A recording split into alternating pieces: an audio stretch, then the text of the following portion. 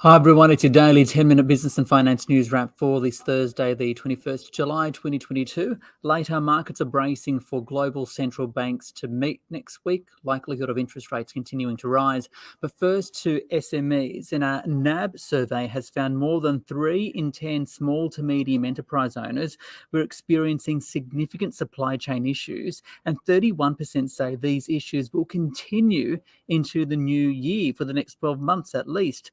This will have implications for consumers and for these businesses. So for more, I spoke with NAB's Anna Marinkovic.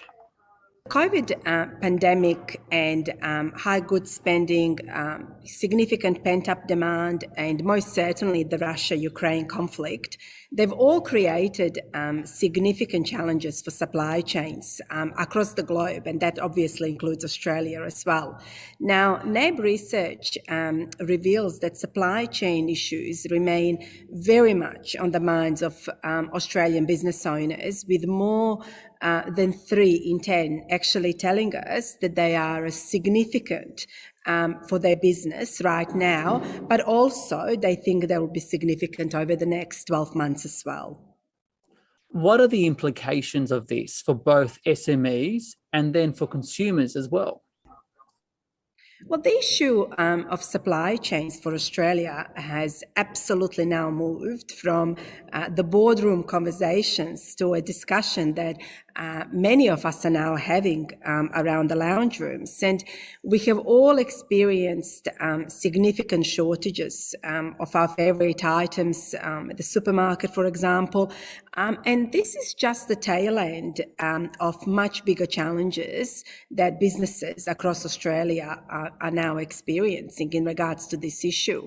And many SMEs have been working really, really hard to manage customer expectations and really providing as much clarity as possible around shipping, processing times, dispatch, better delivery related communications, tracking, and stock notifications, for example, have also become much more important as a way for businesses to stand out from their competitors.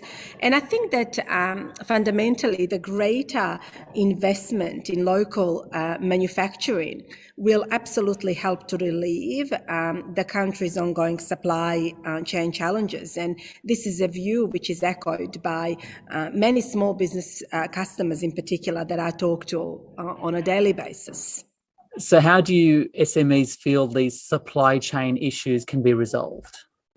Well, we ask business owners what they think can be done to help resolve some of these issues. And the top responses were continued investment in local manufacturing, ensuring that we have the relevant facilities here on shore, but also followed by improvements to our road, rail, and air infrastructure as well. Now, bolstering our local manufacturing industry really presents a lot of opportunities for us, both commercially as well as ethically.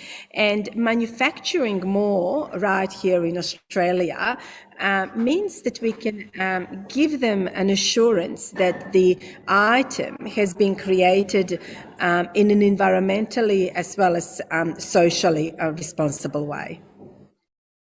Anna Marinkovic there from NAB. Now to the Australian share market, which saw a late rally despite treading water for most of the day. The 200 up by 0.5%, 6,794. For more, I spoke earlier with Evan Lucas from InvestSMART. Yeah, well, I'm driving at nothing. I think that's probably the answer to that question. At the moment, we're all just sitting on our hands and waiting to next week, because there is just such a data drop and a lead into what will be a big, big change in monetary policy across the globe. So don't forget, next week you've got CPI prints from us here in Australia, but also across Europe.